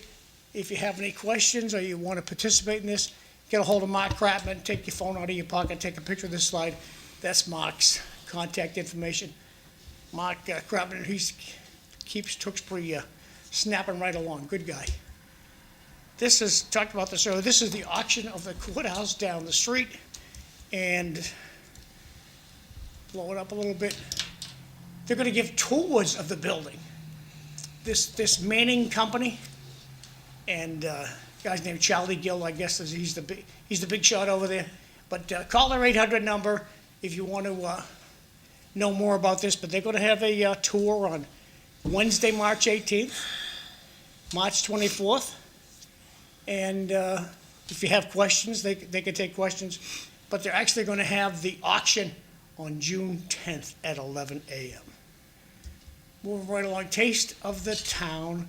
Wilmington Tewksbury Chamber of Commerce is having a taste of the town. What they do is many of the restaurants from Wilmington and Tewksbury, they'll go to the Hilton Garden Inn in Tewksbury 4 Highwood Drive in Tewksbury, and it's $30 a ticket. So I've gone to this a couple of times, very tasty time. That's my last announcement. Going back over to Evelyn. Well, welcome back to City Life. I'm Evelyn Thoren. I'm your host for the next half hour or so. We have Glenn Thoren with us. We have a number of things we've been talking about, and we have some more that we'd like to share with you. One of the things that I came across, which may be news to some people, is that Massachusetts is going to change from the little boxes, the transponders that you have, the easy passes, to stickers. I think that they're concerned that people are taking the easy passes and moving them from one vehicle to another, so they're losing revenue. So they want to put the stickers on windshields. It's something more difficult to remove. And they won't work in New Hampshire. Yeah, So They we're won't still work gonna, in neighboring states. well, they're not gonna work in the country. That's ridiculous. The regular Easy Pass will, so the transponders will stay on our vehicles because we travel interstate. Well, get my speed pass from New Hampshire Me too. because you get 1/3 off the toll. You save money. Anybody can go to Nashua. They don't care if you live in Arkansas or Massachusetts or New Hampshire. Yeah, and that's the way it should be. It's supposed to be so you can drive up and down the East Coast without having to stop and throw coins in a box. So if you need a speed pass, or whatever they call this thing, just Easy Pass. Easy Pass. If you need one, I would suggest you go to Nashua and Right. enjoy the savings you get for a lifetime. But if they off. go to stickers on the windows, then those Easy Passes won't work in Massachusetts. So they're looking probably to get another source of revenue, so you have to pay for something in Massachusetts in order to have what the equivalent of an Easy Pass would be. This is the first I'm hearing it doesn't work elsewhere. I thought it worked out for everywhere. I don't know about There's a the. QR code on the thing that just reads the QR code and bam. Right, well, the Easy Pass in New Hampshire, whether you have an Easy Pass in New No, Hampshire, I'm talking about the sticker. the sticker, I'm assuming they're gonna do it so that it only works in It Massachusetts, works in every state. but it Well, should then that'd work in be every great. state. That'd be So fine. that'll be fine. If it works everywhere, that'd be fine. My So understanding, it works, it's just like the Easy Pass you have now, works in every state, it's just a sticker. the Right. question No is, battery, no battery. so it's probably still going to snow in New England states. So if it's a sticker, and it's covered by snow or some obstruction due to the weather, how do they see it? I don't ask questions like that. I No, don't but know. we do. I don't know. So my understanding is the reason that Massachusetts wants to do it is those transponders cost $10 and the sticker cost 85 cents. They still haven't determined whether or not they're gonna charge people for the transponder. Whether we already know that they will charge for the ones that require batteries. Well, where would you get a speed pass in Massachusetts? I don't know where you get one. Do they have any stores? There's some I don't know. there's some places, but the all transponders that you have stuck on your window have a battery, all of them. Right. Yeah, and it tells you when you gotta get a new one. Generally, yeah.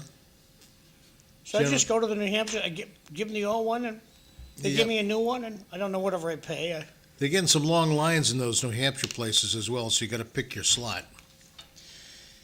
Yeah, and if there's any glitches in anything, then you've got, yeah, you can tell I'm them a really. glitch. Yeah, you had a glitch, and how long did it take you to get So- somebody live on the phone? Well, long time. So anyway, what's been happening with my car is that I have an old Mustang convertible, 1989, and I have a license plate that's 69T. So it's one of these short-digit license plates. Yep. And I keep getting charged in Massachusetts for going through toll booths with this license plate. But my car is in my driveway over the winter, under a cover, and not going anywhere, and I still get charged for going through toll booths in Massachusetts. You'll have a picture of the car.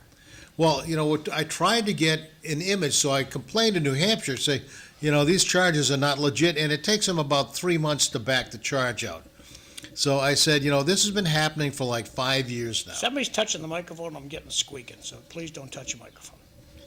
Well, I think somebody might have taken a license plate and changed one of the digits by, putting white out over part of it. So, a 9 could be an 8, a 6 could be an 8. So if you just muck with the license plate, the readers are going to think it's something different. Well, we had a problem with my son's pickup truck. A bus had the identical numbers on their plate. And he got tons of tickets for this bus going Wow. through red lights. And so I'm the guy, I'm sitting at the desk all day, I got nothing to do, so he'd give me the letter. I'd just call New York or Ohio or wherever he was getting the ticket from. He'd say, hey, run this registration. What does it come back to? He says, it's a pickup truck. What's in the picture? A bus. So I'll erase it, sir. Because Yep. when they look at the picture, that takes away everything. So I tried that with New Hampshire, and basically the young lady, a couple of them actually, said, it's very difficult to get any pictures from Massachusetts. They don't want to release pictures of cars that show the license plate number on them. So I did you can't get the owner's name or anything like that or where it's parked, but you can get what make and model a car has a license plate, and I did, 89T, 88T, 68T, it's not all modifications of a plate that they could change, and none of them look like my car. So, so I said to So New did you Hampshire. get out of them? Yeah, they backed the price, they backed the price up, but I had to call them every time they hit me for another $10, Very annoying. And the times that this vehicle goes You through like these. the plate that much? Well, it's going through mainly through the Mass Pike and into Boston, which I'm not, and so, it But just again, keeps. do you like the license plate that much? Yes, I do, yeah. Okay. Because it makes everybody think my Mustang is a '69, which it is not. Okay. It was unique. Anyway, in Messenger, the next thing is the Chelmsford elections, but there was one thing that I saw last night. So in your Messenger, it's not the one that talked about the discounts, it's the one right before that that says Wednesday at 8:18 p.m. And if you tap on that, Glenn, whatever you do into the base of the microphone, I can hear your fingers sliding across. yeah, so don't touch the microphone. Don't touch the mics. Well, it makes it crack. It makes it. Okay. You won't hear that with hearing aids, though. Yes, but it comes across on the on the. Okay, so if here is your instant message stuff. So scroll up. Just one. This guy. Facebook. Tap it. See if it comes up on the screen. It should say Chelmsford News. Chelmsford News 2.0. Yep. Okay. So what do you want to know about Chelmsford News? I want you to put it up on the screen. Thought it was. Sorry. There Here you go. That's the one that comes up when you tap it? Yeah. That says Wednesday, 8:18? You watch. Well, I'll go back and do it again, Eb. But Jeez. It doesn't come up here's on. Evelyn. I'll go back up and click this again. Now watch this. I'm gonna click. Click. It's interesting to see how the sausage Scroll is being down. made here. Because what comes up on mine isn't that. So let me. No, it shouldn't do that. Let me see if I have anything Well, here. actually, it should, because it is. Let me try that. Let me try it again, John. Because it does. When I tap yours on my phone, it doesn't come up to that. So I'm going to send you another one. See if it does the same thing. Alrighty. So Chelmsford has their local elections coming up the first Tuesday in April. It still comes up. I don't understand why. All right. Well, anyway. Well, can I dig into Chelmsford News and find this? I don't know. So let me try Maybe something. because I'm not a member or something. Shucks. Let me try. I'm going to try something different. I'll take a screenshot and then I'll send it to you. Alrighty, even better. We're Yep. losing viewers by the thousands right now. No, we're not. I just want people to see what this is, and I don't understand why I can't do that. All right. Where are we here? I suspect because I'm not a member. It could be.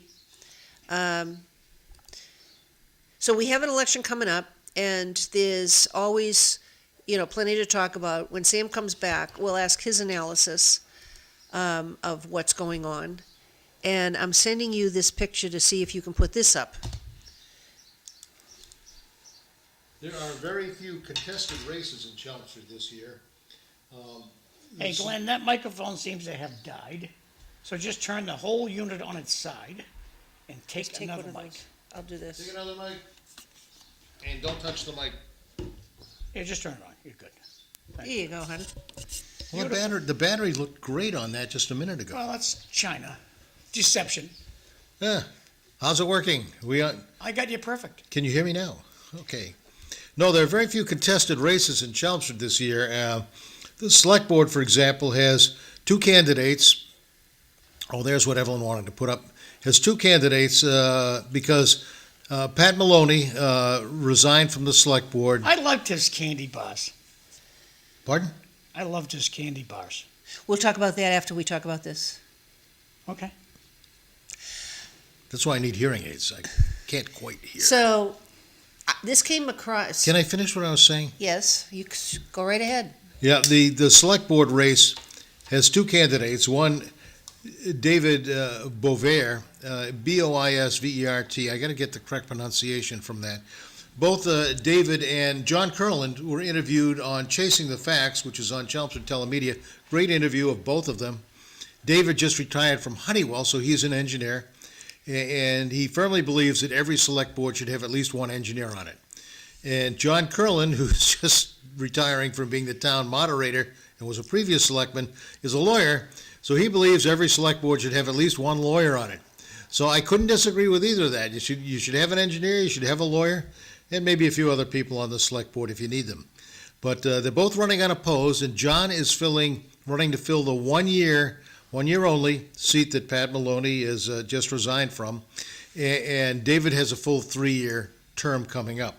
So that's not a contested race. And Lawrence McDonald, who we've known for many, many years, is running for town moderator, and that's not a contested race either. And Lawrence is a very, capable person. He's a little bit quieter than a lot of town moderators were, but we'll see how that goes. But he's certainly capable of doing the job.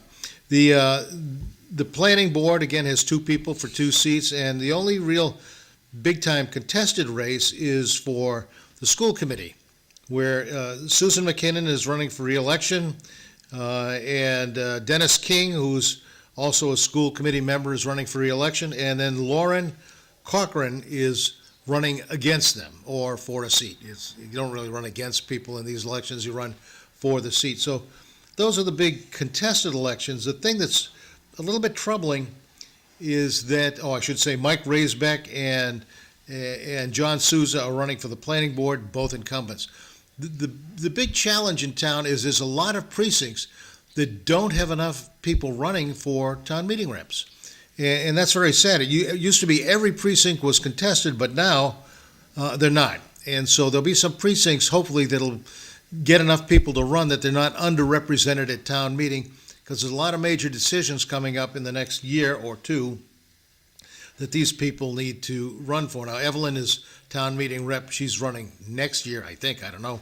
I'm a town meeting rep. I run in 2028, and I'll probably do that if I'm still up and kicking at that time. But, town government is most important, because that's what touches you first, is what's going on in your town. I suspect a lot of the people who used to follow town politics cut the cable and they don't watch local access. Could be. It's not, you'd have to go to the internet to see the town political shows. Right, because we cut that's where they local are. cable. So if we want to watch anything, we have to either do a YouTube or do live streaming. Because I usually, when Lowell freezes a lot, Channel 8, so what I'll do is I just go to the YouTube channel, watch it live, better Yeah. coverage. So Sam Chase has Chasing the Facts. That's a YouTube. You can also go to Chelmsford Telemedia and access it there. He did interviews with the 3 school committee members. It's an hour long. And he also did interviews with Planning Board and the Select Board. I always keep forgetting that. Old habits die hard. So if people want to see what that analysis is to get a clearer indication of the candidates, you can watch that. There will be what they like to call debates. They're really not debates. That's coming up, and I think one is next Thursday night at the police station on the 26th of March, Philip's birthday. And I don't know what time it starts, but all of that information is online. And so people would be able, if they want to attend or they want to watch that. And usually what Chelmsford Telemedia will do right before the election is that they will broadcast all communication that was on the candidates. So they'll be repeating, I would assume, Sam's shows, everything the else. Debates, anything along those lines. So this thing at the Chester Police Station, Chester Police has a gigantic room that they use. It's a glorified classroom. It is a class. yes. That's exactly what it is. It's a tiered classroom. thing, and I've been out there plenty of times. The only thing they're lacking is parking. That's correct. But you have a lower parking lot, you have the police parking lot, and then a lot of Street. people will park because of the time frame. Is it going to be on TV too? Yes, Okay, I just watched it. yes, it'll be there, so you can watch that.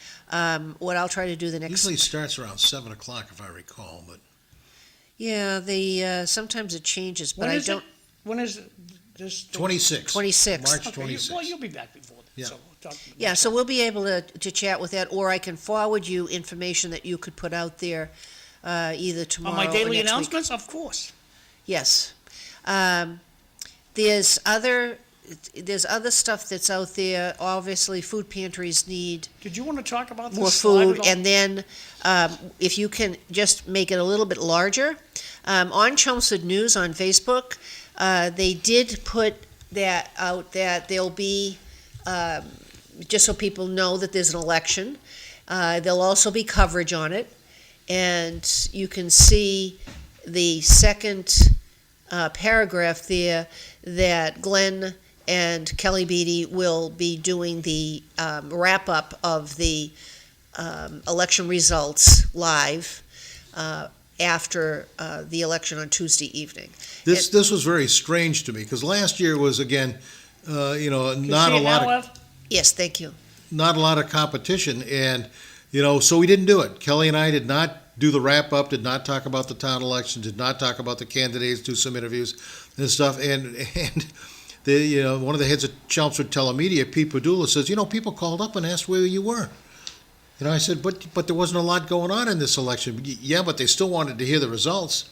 I said, okay, you want to do it this year? I said, sure. Is Kelly going to do it? Sure. So, we're there for entertainment and education purposes only. Hopefully we'll be able to entertain. We've done this for at least 10, Where else would you get the chance for results? on the internet the next day. So people want to know kind of right away what's happening. Well, if you're going to be elected, and I'm going to go to your party, I want to know, Glenn won. Yeah, exactly.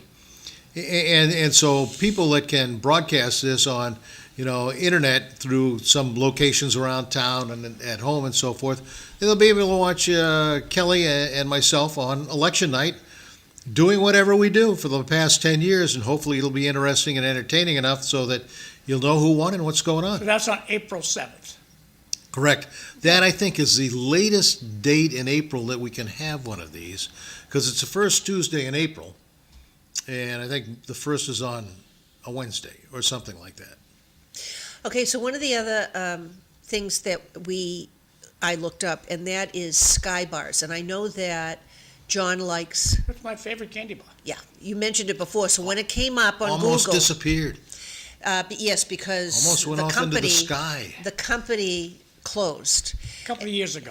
Yes, so there was a bakery or candy maker that was in Sudbury, Massachusetts, and noticed that and figured out why not. So they were auctioning off the recipes and all kinds of different things dealing And with the candy equipment, bars. old equipment. Yep.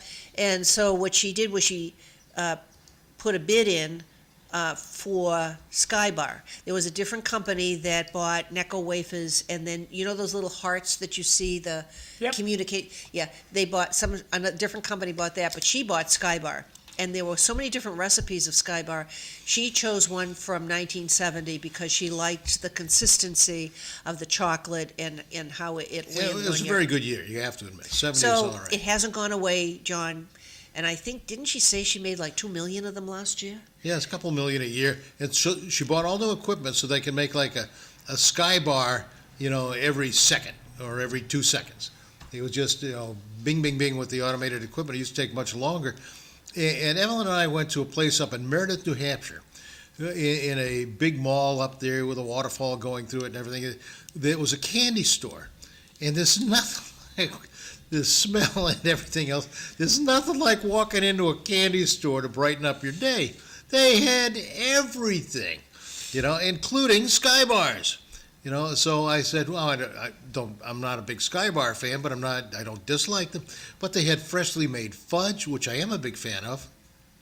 Everything you could think of, things that would take you back to your childhood. If you're in the 50s and 60s, you used to go into local stores in your town, and they had all these, jars full of candies, that you could get penny for this, penny for that. Yeah, it's a lot more money now. It's a little bit more. It's a nickel or a quarter, but just walking through that place and breathing deeply, You knew you were in a candy store because you were inhaling sugar at every step. It was great. Did they have any samples?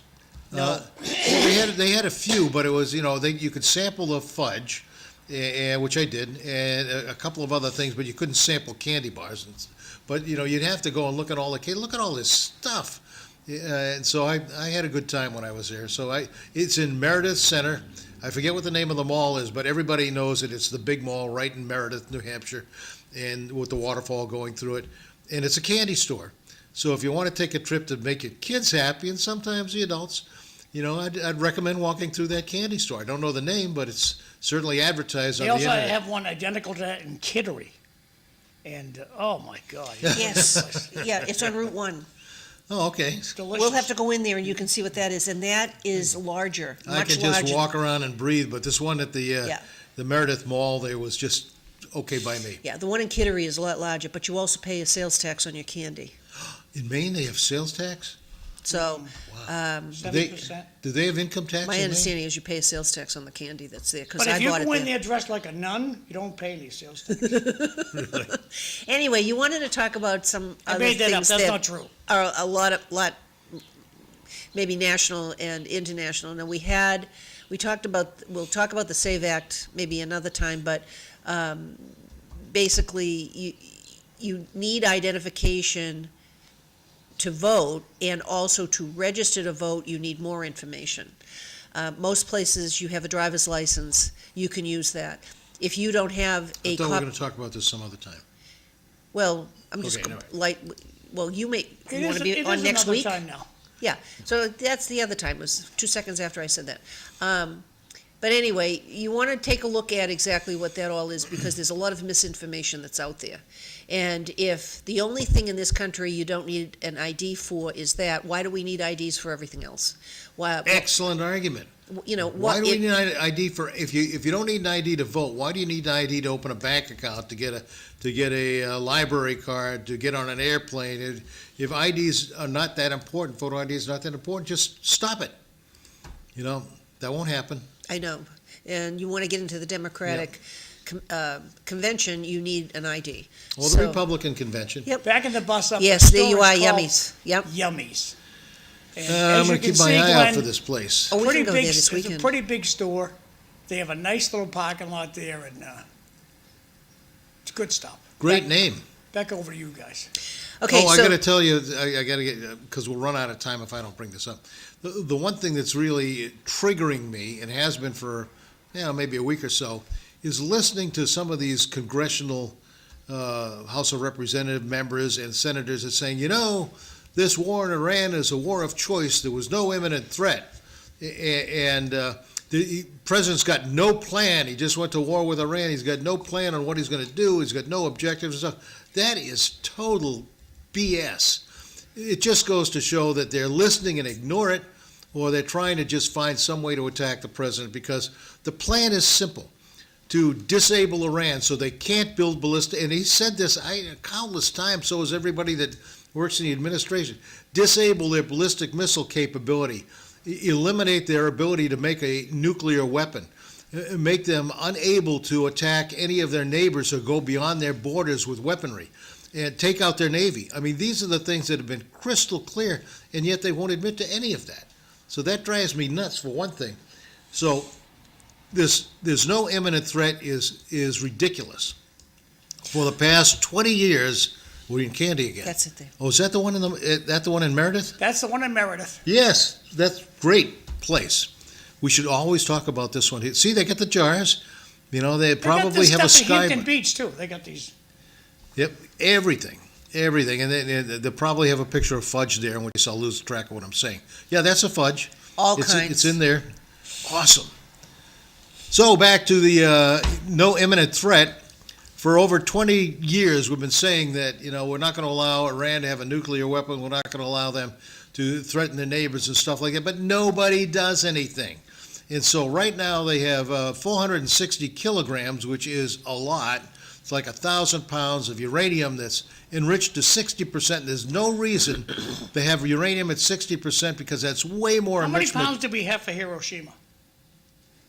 That bomb, probably a couple.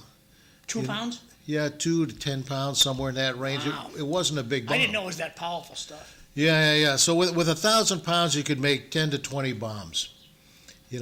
Bigger bombs. And the thing is, the way a nuclear bomb works is you have depleted uranium in essentially a ball. Sometimes you could do it in a cylinder, but you compress it so that it is super compact, and it doesn't like that. So it releases its energy in an enormous explosion. There's a nuclear bomb. So Well, my takeaway from the governments over there is they hate each other's guts. Who? They're born. The Iran government, they teach their children hate Israel. And Right, in the United States, And yeah. in Israel, they teach their kids to hate Iran. And until that stops, this is going to go on. And when Israel sat down with Iran and said, look, what can we do to get along? And they look at Israel and they say, die. Die. Yeah, It death to reminds me America, of the death to movie Israel. Independence Day, when the president's talking to the alien, and he says to the alien, we can work together, we can work on projects together. What can we do to make this happen? And the alien looks at the president and says, die. So, when That that's was- your yeah. answer, So the only way to take care of a situation like that is eliminate the capability. Because people saying there is no imminent threat, there absolutely is. If you have 60% depleted uranium and you can bring that up to 90%, which is what you need for a nuclear bomb, it doesn't take that long, months at most, to spin it up to 90%. I won't go through how that's done. But they have ballistic missile capability. They were building ballistic missiles that could reach Europe. Well, they probably have some that could do that now and reach the United States. So the no imminent threat is pure nonsense, except, we've been kicking the can down the road, kicking the can down the road, kicking the can down the road. What the Democrats appear to want is a ballistic missile capable of hitting the United States with a nuclear weapon on it before they'll act. well, That's insane. To me, Glenn, it's like if you have a balloon and I already took a pin to the balloon, I don't care where you bought the balloon. I don't care what was in the balloon. We're in it. What do you want to do now, Mr. Democrat? We're in the war. What do you want to do, Right. Mr. Democrat? And that's where they fall flat on their face. There's Well, no the answer. Democrats have already declared it a failure. We lost, Iran won, and so to listen to people like Schumer and who's the head of the House of Representatives, Corey, the other guy, Jeffries. Jeffries, say that America has lost the war and stuff like that. They said that in the first week. They said clearly Iran's going to win this war, and I'm going, what are you talking about? We've eliminated their ability to build ballistic missiles. We've eliminated the suppliers that supply the equipment to build ballistic missiles. We're eliminating the underground storage sites. So we're doing all the right things to make sure that the world's biggest terrorist supporting nation can't do it anymore. I guess I would ask, what does the quote, death to America, actually mean to parties in this country that think that we don't have a threat? Depends on what the meaning of the word death is. It's death. And you have many countries that are not wanting to participate because they have a high percentage of Muslims in their country, and they're concerned about terrorist cells and rioting and all this other stuff because of their migration or lack thereof. Migration policies, which is unfortunate. That's what terrorism is all about. If you're afraid to do something because of a large population of anybody, in this case Muslims, you are essentially terrorized. So you're not going to act because you're afraid of what might happen. And then you're under their control, indirectly or directly. Yep, and hundreds of terrorists have been allowed in this country through open borders. Don't know where they are, don't know what they're planning on doing. But when something happens, you're going to have to ask yourself, well, now that we're not funding the Department of Homeland Security, what do you expect? You've got less protection for American citizens, and you've let in all these illegal immigrants and terrorists, and something happens. Whose fault is that? Stupid people. That's whose fault it is. Well, they'll find a way This to is blame from somebody else. yesterday. This is what Israel did to one of the buildings in Iran. We saw yesterday. that was perfect. That was a perfect hit. Got it right at the base. Couple of But bombs. what you don't hear in the reports is the Israelis communicated with that building and said, in 1 hour, we're gonna blow this place up. Didn't hear that, no, didn't hear that. The Israelis communicated with that building, get out now, we're gonna blow it up. That's in Lebanon, I think, John, is that right? Yes, I thought it was Beirut. Don't know where it was. The one of the things that has happened with the Israelis is they're letting the people know they're going to do certain things. Maybe not exact locations, but they're trying to let people know, the citizenry, not the military, know what's going on so that they get out of the way, which is unlike Russia, unlike Iran, unlike many of the different terrorist countries that's in this world where they're bombing civilians, they're bombing hospitals, they are bombing schools intentionally, where we bombed one unintentionally. That was not, it was something Don't on. forget about the school where we killed 150 little girls. Yeah, Yeah. well, that That is was Iranian very sad. propaganda, but It's people not died. propaganda. They killed, we killed they 150 That's little what the girls. Iranians told We you did, happened. United States of America. Pay attention. So I am. that's what the Iranians told you to happen. But the reason why that building was hit was very sad, because that was the headquarters for a military operation in Iran. And when they launched that particular weapon system, they were using old coordinates. So, it was just It wasn't an sad intentional that thing. things like this happen. But we don't target civilians. But, in a conflict like this, bad things happen.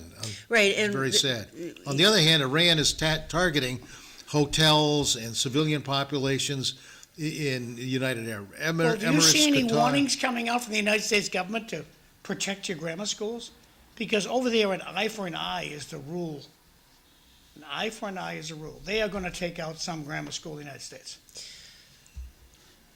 Well, isn't that up to the Department of Homeland Security to figure that out, and the FBI and the CIA? And if you don't fund them, how can they do that? And so basically it's almost as if you have a self-fulfilling prophecy. It's going to happen here because of what It Trump is did. gonna happen here. Yes, it is. So the Democrats regardless want- of who's in power. The Democrats won't fund the Department of Homeland Security, the TSA that prevents bombs from going on to airplanes, the Coast Guard, the Secret Service, FEMA, all these organizations, because they don't want ICE to wear masks. They want them to wear name tags, and they want them. But their addresses on them.